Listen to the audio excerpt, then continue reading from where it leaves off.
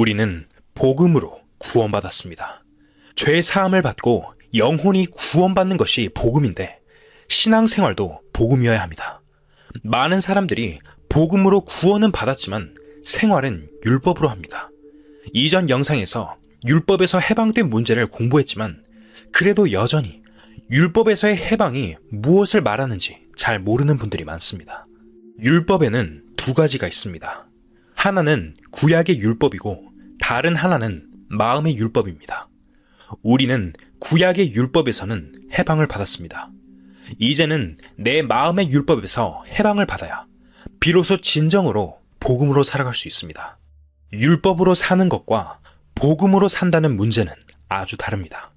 구원을 받았으면서도 신앙생활이 제대로 잘 안 되고 그래서 잘 해보려고 애쓰고 노력하고 힘쓰는 사람들이 많습니다.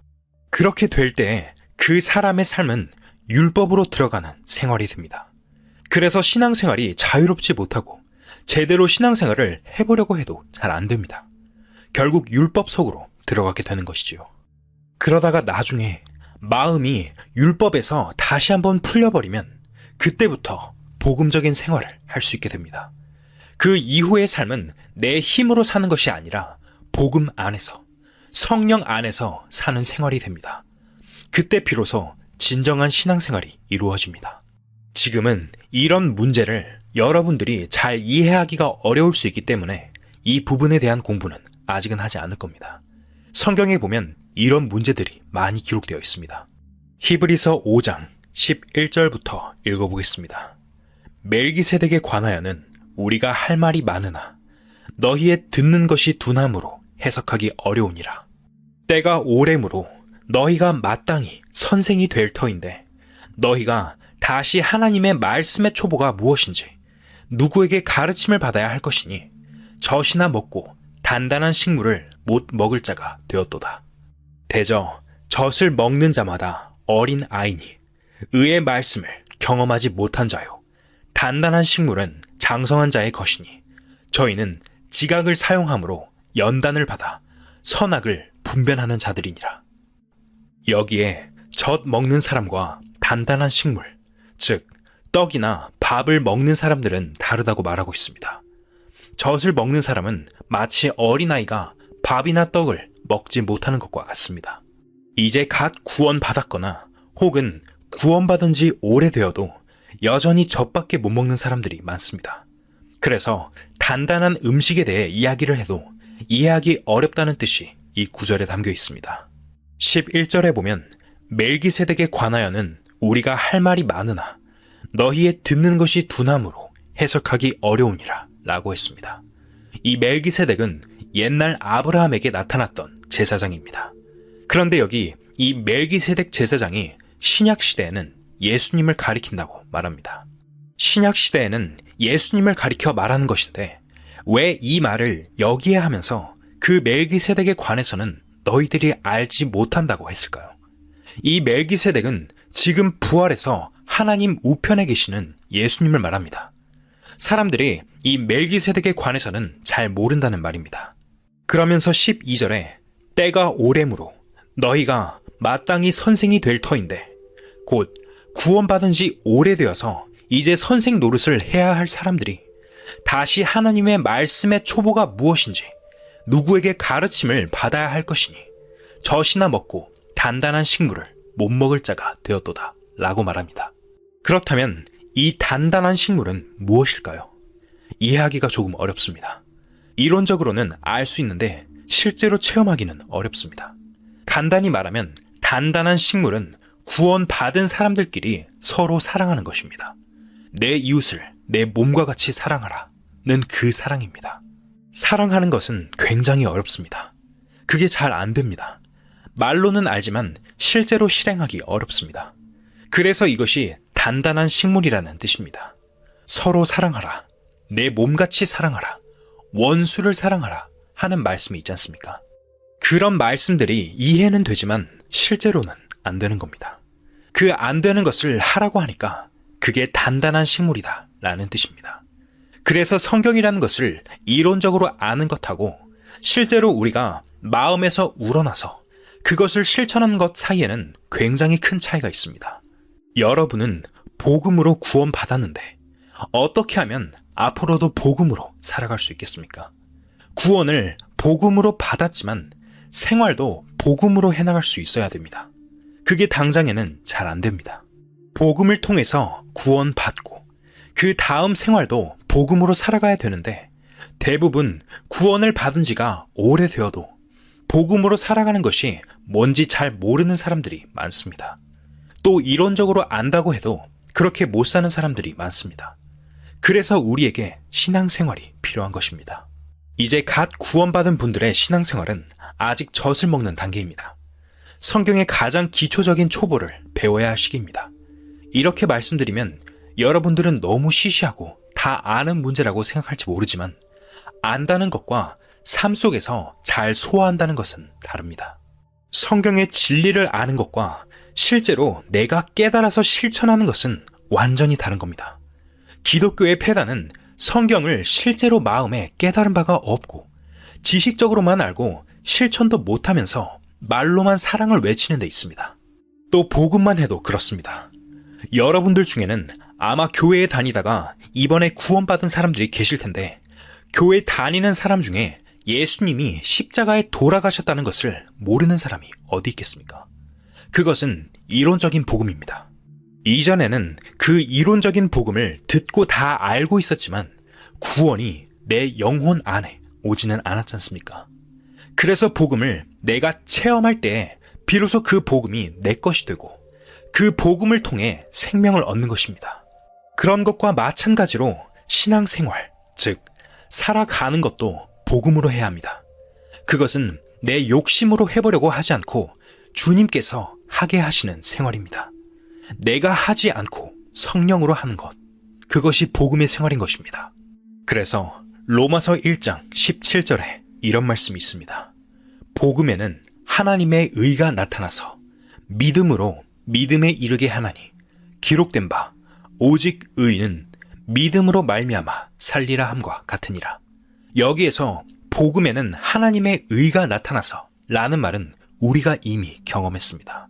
내 의가 아니고 하나님의 의, 즉 내가 율법을 잘 지켜서 하나님 앞에 의롭다고 인정받는 것이 아니고 단순하게 내가 예수님을 믿음으로써 예수님이 나의 구주가 되시고 예수님을 입고 하나님 앞에 설 수 있는 그것이 복음에 나타난 하나님의 의입니다. 우리가 그것을 믿어서 구원을 받았습니다. 믿은 다음에는 그 믿음에서 또 다른 믿음으로 나아가야 됩니다. 믿음의 생활로 나아가야 됩니다. 믿음으로 믿음에 이르게 하나니 여러분들은 지금 현재 믿음으로 구원을 받았고 그 다음에 또 믿음이 필요합니다. 대부분의 사람은 믿음으로 구원받고 멈춰버립니다. 나는 구원을 받았으니까 천국에 갈 수 있다 고 생각하고 거기서 신앙생활을 중단해버립니다. 다음 믿음의 단계로 나아가야 되는데 그 다음 믿음으로 나아가지 않고 이제 구원받았으니까 다 되었다 하는 식으로 멈춰버리고 신앙생활을 포기하는 사람이 많습니다. 그 다음 믿음이 와야 되는데 그 다음 믿음이 오지 않고 그냥 그 상태에서 쉬어버리는 사람들이 많습니다. 믿음에서 출발해서 또 그 다음의 믿음으로 가야 되는데 그 다음 믿음으로 가지 않고 중단해버리는 사람들이 너무 많습니다. 구원받은 사람 중 90%가 그렇게 멈춥니다. 실제로 믿음의 삶을 이어가는 사람은 10% 정도에 불과합니다. 지금까지의 통계를 보면 10분의 9는 믿음의 생활을 끝내버리고 나머지 10분의 1 정도만 믿음의 생활이 무엇인지 알아가면서 계속 믿음의 생활을 이어갑니다. 구원받은 이후에 복음의 모임에서 발길을 끊어버리고 떠난다면 신앙생활은 끝이 납니다. 그렇게 되면 믿음으로 믿음에 이르는 신앙생활을 할 수 없어요. 왜 그렇습니까? 빌레몬서 1장 6절을 읽어보겠습니다. 이로써 내 믿음의 교제가 우리 가운데 있는 선을 알게 하고 그리스도께 미치도록 역사하느니라. 여기서 믿음의 교제란 무엇일까요? 구원받은 사람과 구원받지 않은 사람이 서로 교제할 수 있을까요? 그 교제는 절대로 안 됩니다. 구원받은 사람은 생명을 얻은 사람이고 구원 안 받은 사람은 생명이 없는 사람입니다. 산 사람과 죽은 사람 사이에 교제가 될 수 없습니다. 믿음의 교제는 바로 성령의 교제입니다. 성령으로 교제하는 것입니다. 그렇기 때문에 기도도 역시 마찬가지입니다. 하나님은 살아계신 하나님이시기에 죽은 사람은 하나님과 대화할 수 없습니다. 죽은 사람이 하나님께 이야기해도 소용없어요. 기도는 산 사람이 하는 것입니다. 구원을 못 받은 죽은 사람이 기도해봤자 하나님과 관계가 없어요. 그런 것과 마찬가지로 기도는 구원 받은 사람이, 생명이 있는 사람이 살아계신 하나님과 교제하는 것입니다. 우선 여러분들이 교회에 다니셨다면 다니던 교회에 가서 누군가에게 저는 구원을 받았습니다. 당신도 구원을 받았습니까? 하고 말을 한번 해보세요. 대부분 대화가 곧 끊기고 관계도 멀어질 것입니다. 만약 그 사람이 구원 받았다고 하면 또 이렇게 물어보세요. 성경에 어떤 말씀을 깨닫고 구원을 받았나요? 그러면 아마 교회에 나오기 시작한 날부터 구원을 받았다고 할 것입니다. 그것부터 틀리는 것입니다. 교회에 나가는 날부터 구원 받았다는 것은 성경적인 구원이 아닙니다. 완전히 잘못된 지식을 가지고 있는 것입니다. 이렇게 되면 가장 초보적인 교제에서부터 끊어집니다. 교제가 안 됩니다. 믿음의 교제는 같은 생명을 소유한 사람끼리 구원의 경험을 나누며 시작됩니다. 세상 친구끼리 나누는 대화와는 본질적으로 다릅니다. 나는 주님을 믿고 구원받은 사람으로서 믿음 아래 들어섰습니다. 믿음 안에 들어서서 생명을 받은 사람입니다. 그러니 생명을 받은 사람이 똑같은 생명을 받은 사람하고 대화할 때 아, 그렇군요. 당신은 그렇게 해서 구원을 받았군요. 라고 하면서 구원에 대한 가장 기초적인 대화로 교제를 시작하는 겁니다. 믿음의 교제라는 것은 거기에서 시작합니다. 기초적인 대화가 안 되면 교제라고 할 수 없습니다. 예수 안 믿는 사람들도 교제를 하기는 잘해요. 노래 불러가면서 또 재미있는 대화해가면서 그것도 교제잖아요. 그러나 그런 교제는 육신의 교제이고 믿음의 교제는 그런 것하고는 근본적으로 다릅니다. 믿음의 교제는 다릅니다. 가령 여러분이 집사나 장로나 권사나 그런 직분을 맡은 분이라고 합시다. 교회에 가면 권사님, 집사님 하고 부르겠죠. 하지만 지금 수많은 집사, 권사, 장로는 자격이 없습니다. 사도행전 6장에 보면 믿음과 성령이 충만했을 때 집사로 인정을 받았습니다. 구원 받았을 뿐만 아니고 그 다음에 믿음과 성령이 충만한 사람이 집사가 됐습니다. 가만히 한번 생각해 보세요. 과연 내가 믿음과 성령으로 충만했느냐? 내가 믿음과 성령이 충만하지도 않은 채로 집사가 되었다면 그게 무슨 집사겠습니까? 목사도 그렇고 장로도 그렇고 다 그렇습니다. 성경에 있는 장로는 아주 높은 위치에 있는 사람입니다. 믿음이 있고 성령이 충만한 아주 높은 위치에 있는 분입니다. 혹시 여러분들이 여러분의 직함을 서로 불러주면서 하는 것이 교제라고 생각하면 안 됩니다.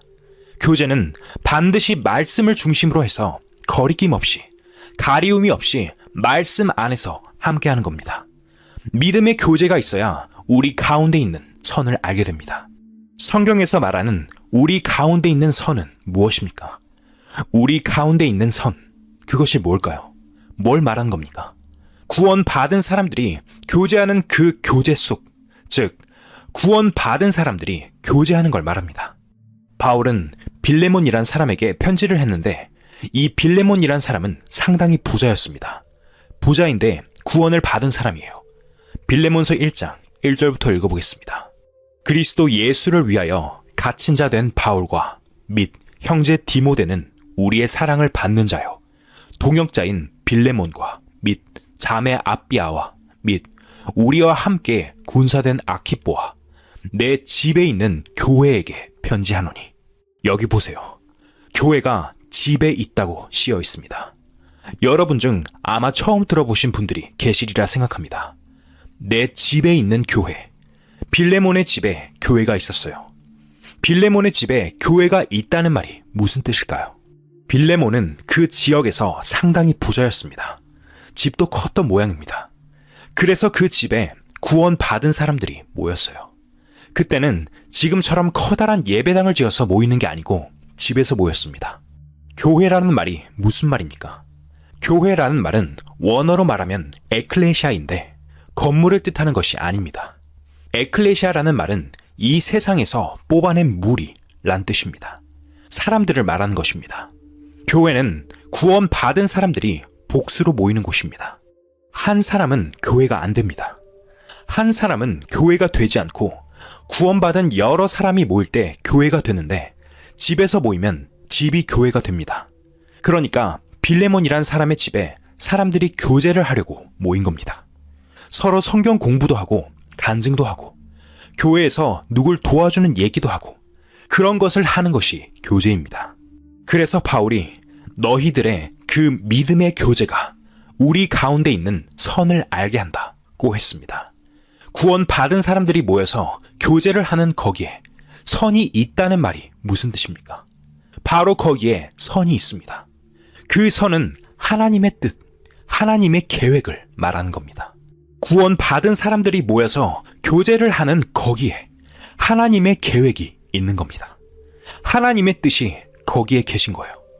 그렇지만 교제를 하지 않을 때는 하나님의 뜻이 무엇인지, 그 선이 무엇인지 모릅니다. 그래서 이로써 내 믿음의 교제가 우리 가운데 있는 선을 알게 하고 라고 했습니다. 구원받은 사람은 하나님의 선을 알아야 어떻게 신앙생활을 하는지 알게 되는 겁니다. 좋은 일 하는 것이 신앙생활이 아닙니다. 좋은 일 하는 것은 도덕입니다. 세상 도덕입니다. 신앙생활은 절대로 도덕생활이 아닙니다. 또 신앙생활은 절대로 종교생활이 아닙니다. 하지만 많은 구원받은 이들이 종교생활에 머무르면서 신앙생활이 멈춰버립니다. 구원받은 사람 중 90%가 종교생활로 빠져버리는 것입니다. 종교생활에 빠지면 신앙생활을 못합니다. 참 신앙생활은 종교생활에 빠지지 않고 복음의 생활을 하는 것인데 복음의 생활을 하지 않고 종교생활에 빠져버리면 신앙생활이 끝나버립니다. 제일 어려운 문제가 옛 습관을 벗어버리는 것입니다. 우리가 구원의 옷을 입긴 입었지만 그 다음에 의의 겉옷도 입어야 됩니다. 그런데 그 옷이 입어지지 않는 이유는 내 옛 습관에 잡혀있기 때문입니다. 제가 먼저 경험한 사람으로서 여러분께 말씀드립니다. 저는 장로교 목사였습니다. 전통적인 장로교 가정에서 자랐고 외조부님이 장로교인이었으며 아버지도 장로교 장로셨고 어머니 역시 장로교 신자셨습니다. 구원을 받고 나서 가장 어려웠던 문제는 교파의 테두리를 벗어나는 일이었습니다. 만일 제가 그 교파 안에 머물렀다면 하나님께서 역사하시는 현장과 많은 사람들이 구원받는 그 자리에는 함께할 수 없었을 것입니다. 예전에 성동교회에서 심호하시던 홍대위 목사님이라는 분이 계셨습니다. 그 목사님은 구원을 받은 후 한국전쟁 피난 시기에 대구 삼덕교회로 내려가 심호하셨습니다. 원래 중국 선교사로 계시다가 중국에서 구원을 받고 한국에 오신 분입니다. 그 후 종로에 있던 성동교회라는 큰 보수교회에서 목회를 하셨고 저는 그분을 매우 존경했습니다. 신학교에 오셔서 부흥회를 인도하시기도 했고 제가 심호하던 교회에도 초청하여 부흥회를 열기도 했습니다. 그때 저는 아직 구원을 받지 못한 상태였습니다. 그분은 부흥회에서 중생, 즉 거듭남에 대해 분명하게 말씀하셨습니다. 그러나 부흥회가 열려도 정작 거듭나는 사람은 단 한 명도 없었습니다. 아무리 말씀을 전해도 변화가 없었습니다. 저는 거듭난 후 장로교를 탈퇴하고 제 집에서 복음을 전하기 시작했습니다. 그러자 주변에서는 매일같이 구원받는 사람들이 생겼습니다. 가끔 홍 목사님을 만나 그 이야기를 전하곤 했습니다. 그러면 목사님은 탐복하시며 말씀하셨습니다. 자신은 중국에서 구원을 받고 한국에 와 수천 수만 명에게 복음을 전했지만 구원받는 사람을 보지 못했다고 말입니다. 그래서 저희 주변에서 구원의 역사가 일어난다는 말을 들으시고는 매우 놀라워하시며 기뻐하셨습니다. 그러나 왜 본인에게는 그런 역사가 일어나지 않는지를 안타까워하셨습니다. 그분이 복음을 전해도 사람들이 구원을 받지 못했던 이유는 그분이 교파라는 틀 안에 갇혀 있었기 때문이었습니다. 교파의 울타리 속에 머물러 있었기 때문에 성령의 역사가 자유롭게 나타나지 못했던 것입니다. 복음은 자유의 복음입니다. 자유의 복음이기 때문에 이 복음을 마음껏 자유롭게 외칠 수 있어야 됩니다. 하지만 교파에 매여 있으면 그렇게 못 외칩니다.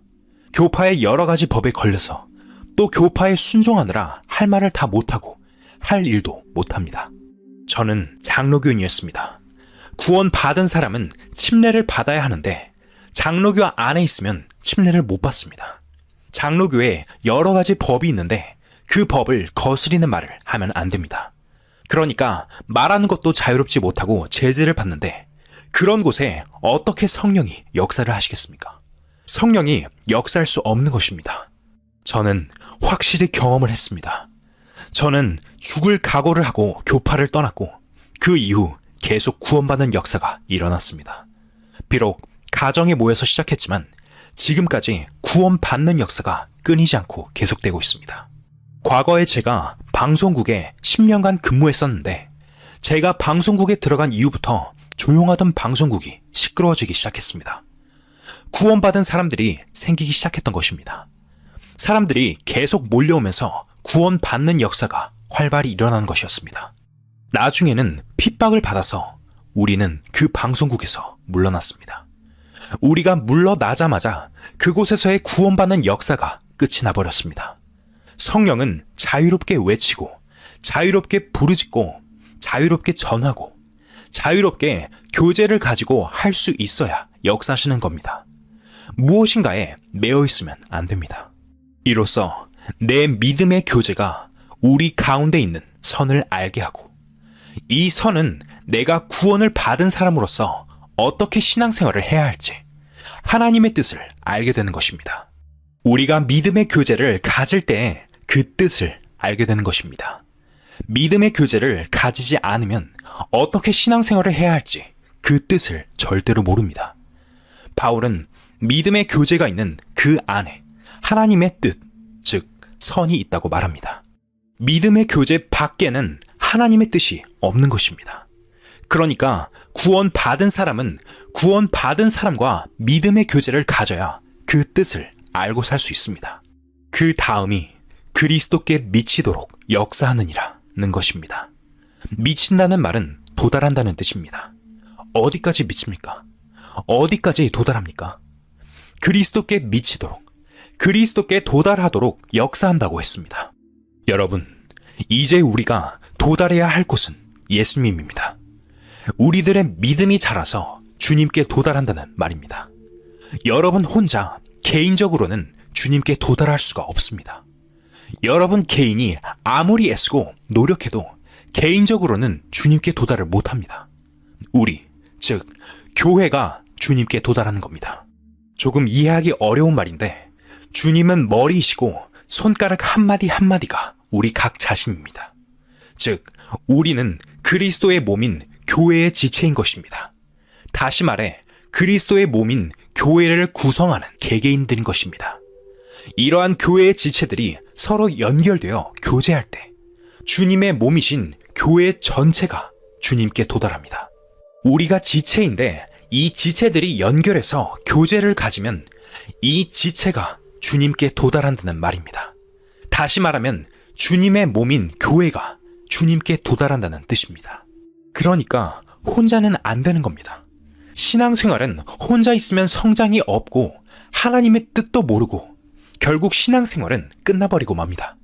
믿음의 교제 안에서만 우리는 하나님의 뜻을 알 수 있고 함께 자라 그리스도께 도달할 수 있습니다.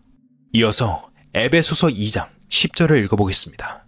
우리는 그의 만드신 바라 그리스도 예수 안에서 선한 일을 위하여 지으심을 받은 자니 이 일은 하나님이 전에 예비하사 우리로 그 가운데서 행하게 하려 하심이니라.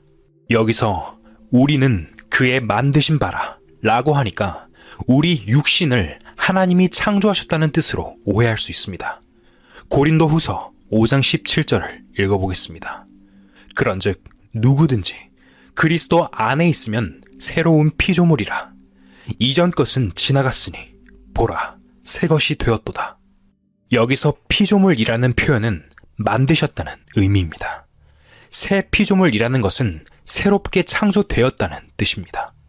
우리 육신은 어머니의 모태에서 지어졌지만 여기서는 그 창조가 아니라 구원받을 때 새 피조물이 된 것을 가리킵니다. 곧 새로 지음을 받은 사람이 되었다는 뜻입니다. 우리는 이제 새 피조물입니다. 우리 몸이 어머니 모태에서 생겨날 때의 피조물이 아니라 우리 안에 새 생명이 들어와 만들어진 새로운 피조물이라는 뜻입니다. 그것을 에베소서 2장에서 우리는 그의 만드신 바라 라고 표현했습니다. 여러분들은 이제 구원을 받았습니다.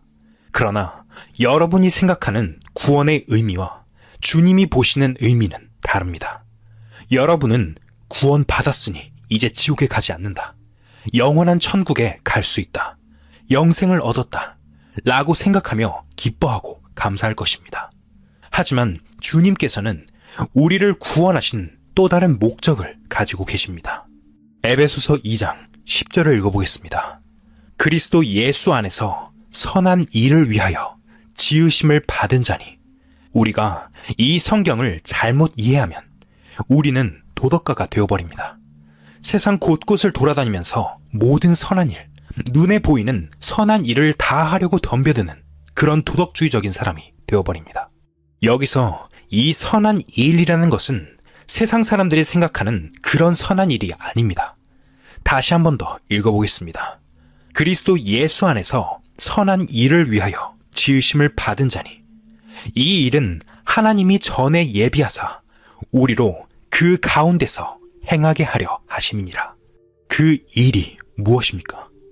하나님께서 창조 전에 예비해 두신 일입니다.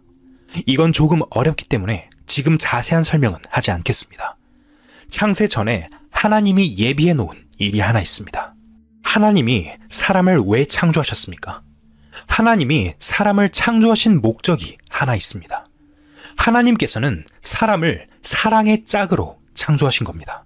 궁극적인 목적은 영원한 천국, 즉 영원한 사랑의 세계를 만드는 것입니다. 그런데 사람들은 그 영원한 천국이 어떻게 이루어지는지를 잘 모릅니다. 요한계시록 21장 9절을 읽어보겠습니다. 7 대접을 가지고 마지막 7 재앙을 담은 7 천사 중 하나가 나아와서 내게 말하여 가로되 이리 오라. 내가 신부 곧 어린 양의 아내를 내게 보이리라 하고. 신부 곧 어린 양의 아내가 무엇입니까? 교회입니다. 교회가 완성되면 주님의 신부가 됩니다. 아직은 신부가 아니지만 교회가 완성되면 주님의 신부가 됩니다. 그래서 사도 요한이 계시를 받는 중에 신부를 보여주겠다, 어린 양의 아내를 내게 보여주겠다 라고 했습니다. 이어서 10절부터 읽어보겠습니다. 성령으로 나를 데리고 크고 높은 산으로 올라가 하나님께로부터 하늘에서 내려오는 거룩한 성 예루살렘을 보이니 하나님의 영광이 있음에 그 성의 빛이 지극히 귀한 보석 같고 벽옥과 수정같이 맑더라. 크고 높은 성곽이 있고 12문이 있는데 문에 12 천사가 있고 그 문들 위에 이름을 썼으니 이스라엘 자손 12지파의 이름들이라. 동편의 세 문, 북편의 세 문, 남편의 세 문, 서편의 세 문이니 그 성에 성곽은 12 기초석이 있고 그 위에 어린 양의 12사도의 12 이름이 있더라. 내게 말하는 자가 그 성과 그 문들과 성곽을 청량하려고 금 갈대를 가졌더라. 이는 천국을 설명하는 구절입니다. 영원한 천국, 즉 예루살렘 성을 설명하면서 금과 보석으로 장식된 모습을 보여줍니다. 그리고 이 성을 요한에게 보여주면서 주님의 신부라고 말을 했습니다. 여기서 금과 보석은 우리 신자들을 말합니다. 구원받은 사람 중 어떤 이는 보석 역할을, 어떤 이는 금 역할을, 어떤 이는 은 역할을 한다는 의미입니다. 교회가 완전히 완성되면 그것이 곧 신부이자 천국입니다. 여기에서 가장 중요한 점은 주님과 교회 사이에, 또 교회 신자들 사이에 완전한 사랑의 세계가 이루어진다는 것입니다. 지금 우리가 구원을 받았고 그래서 새로운 피조물이 되었는데 우리가 선한 일을 위해서 지음을 받았다는 말이 무슨 말이겠습니까? 그 선한 일은 바로 사랑입니다. 구원받은 사람들끼리 서로 사랑하는 것과 구원받은 사람이 구원받지 못한 사람을 사랑하는 것은 완전히 다릅니다. 뜻이 다릅니다. 구원받은 사람과 구원 못 받은 사람 사이에는 서로 사랑하는 것이 없습니다. 서로 사랑할 수가 없습니다. 구원받은 사람이 구원받지 못한 사람을 불쌍히 여기는 마음으로 사랑하는 것은 일방적인 사랑입니다. 구원받지 못한 사람하고 구원받은 사람하고는 서로 사랑할 수가 없어요. 서로 사랑하는 것이 있을 수 없습니다. 왜냐하면 구원 못 받은 사람은 하나님의 사랑을 모르기 때문입니다. 로마서 5장 5절에는 소망이 부끄럽게 아니함은 우리에게 주신 성령으로 말미암아 하나님의 사랑이 우리 마음에 부은 바 됨이니 라고 되어 있습니다. 하나님의 사랑이 우리 마음에 부어졌을 때 하나님 감사합니다 하며 하나님의 사랑을 깨달았습니다. 그런데 구원 안 받은 사람은 하나님의 그 사랑을 모르는 거예요. 그러니까 교제가 안 되는 겁니다. 나는 하나님의 사랑을 아는데 구원받지 않은 사람은 하나님의 사랑을 이론적으로 말할지는 모르지만 참으로 알지는 못합니다. 그러니까 교제가 안 되는 겁니다. 그래서 내가 일방적으로 불쌍하다, 구원을 받아야 될 텐데 하는 마음으로 사랑하는 것뿐이지 서로 사랑할 수는 없습니다. 서로 사랑하는 것은 아닙니다. 구원받은 사람과 구원받은 사람끼리 서로 사랑하는 겁니다. 왜 그럴까요? 하나님의 사랑을 나도 알고 저 사람도 알고 있으니까요. 그렇지만 처음부터는 사랑하기는 힘듭니다. 하나님의 선한 뜻은 구원받은 사람과 구원받은 사람이 서로 사랑하면서 진정한 교회를 이루어가는 것입니다. 그게 하나님의 뜻입니다.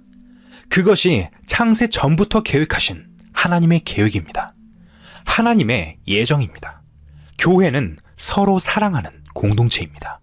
요한일서 4장 12절을 읽어보겠습니다. 어느 때나 하나님을 본 사람이 없으되 만일 우리가 서로 사랑하면 하나님이 우리 안에 거하시고 그의 사랑이 우리 안에 온전히 이루느니라. 저는 어느 날 창세기 5장에 에녹이 300년 동안 하나님과 동행하다가 하나님이 데려가셨다는 내용을 보게 되었습니다. 이것은 우리가 들림받는 문제와 관계가 있습니다. 들림받는 일의 그림자입니다. 들림받을 사람은 하나님과 동행을 해야 됩니다. 에녹은 하나님과 동행을 했는데 우리는 어떻게 하나님과 동행을 합니까? 어떻게 내가 하나님과 동행을 할까요? 하나님은 눈에 보이지도 않는데 그 당시에는 어떻게 하는 것이 하나님과 동행하는 것인지 굉장히 궁금했어요. 그런데 어느 날 요한일서 4장 12절을 읽다가 저는 그 해답을 찾았습니다. 어느 때나 하나님을 본 사람이 없으되 만일 우리가 서로 사랑하면 하나님이 우리 안에 거하시고, 저는 이 말씀을 읽다가 하나님과 동행하는 방법을 알았습니다. 우리가 서로 사랑하면 하나님이 우리 안에 거하신다고 했습니다. 우리가 서로 사랑하면 하나님과 동행하는 거예요. 바로 이것이 하나님과 동행하는 길입니다. 구원을 받았어도 들림 받을 때에 같이 들림을 못 받고 남는 사람이 있습니다. 롯의 처처럼 뒤처지는 사람이 있습니다. 우리가 서로 사랑하면 하나님은 우리 안에 거하신다고 했습니다. 하나님께서 우리 안에 거하시니까 하나님과 동행하는 사람은 언제든지 들림받는 데에 거리낌이 없습니다. 우리가 서로 사랑한다는 것은 구원 안 받은 사람과의 사랑이 아니고 구원 받은 사람이 서로 사랑하면서 교제를 가지는 것입니다.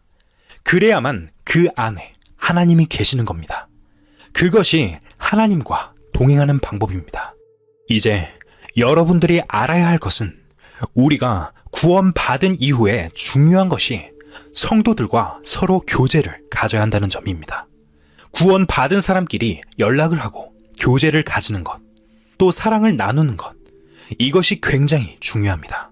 형편이 여의치 않다면 다니던 교회에 그대로 다녀도 괜찮습니다. 다만 구원받은 사람들과의 연락을 끊어서는 안 됩니다.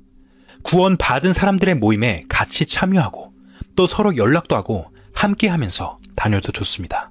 다니는 교회 사람들하고 친해져서 그들을 구원의 길로 인도하는 것도 중요한 일이기 때문입니다.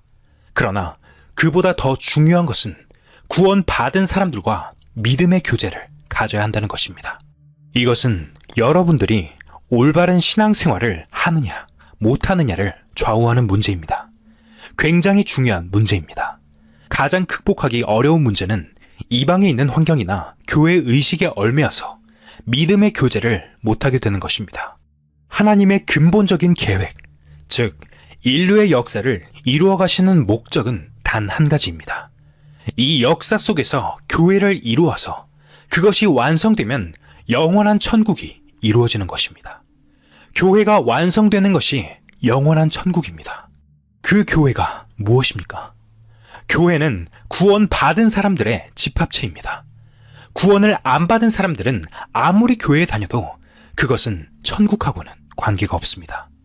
아무런 관계가 없는 것입니다. 앞으로 또 중요한 문제가 있습니다. 진정한 교회가 어떻게 세워지느냐 하는 것입니다. 그 과정에는 은사 문제가 있습니다. 방언하는 문제, 병 고치는 문제, 그런 것도 성경대로 전부 있어야 하지만 그것이 무슨 뜻인지 여러분들이 정확히 알아야 됩니다. 그것을 제대로 알지 못하면 안수하고 병 고치고 방언한다고 하는 곳이면 아무데나 가고 기웃거리게 됩니다. 성경이 말하는 참된 방언과 병 고침이 무엇인지 분명히 알아야 합니다. 그러면 미혹에 빠지지 않습니다. 여러분이 잘못 이해하고 있는 여러 문제를 성경 말씀으로 하나씩 정리해 나가야 합니다. 구원받은 것만 해도 큰 축복이지만 그 위에 더 큰 축복이 기다리고 있습니다. 우리는 성경을 알아가면서 또 신앙생활을 해가면서 그 큰 축복이 무엇인지 알아갈 수 있어야 합니다. 그것은 눈에 보이게 나타나는 게 아닙니다. 진정한 축복은 눈에 보이지 않습니다. 하지만 우리는 말씀을 통해서 그것을 확실히 알 수 있습니다. 아무쪼록 여러분들은 구원을 받았으니까 열매를 맺을 수 있도록 꾸준히 믿음으로 나아가서 진정한 신앙생활이 무엇인지 깨닫게 되길 바랍니다. 다 같이 기도하겠습니다. 거룩하신 주님, 감사합니다.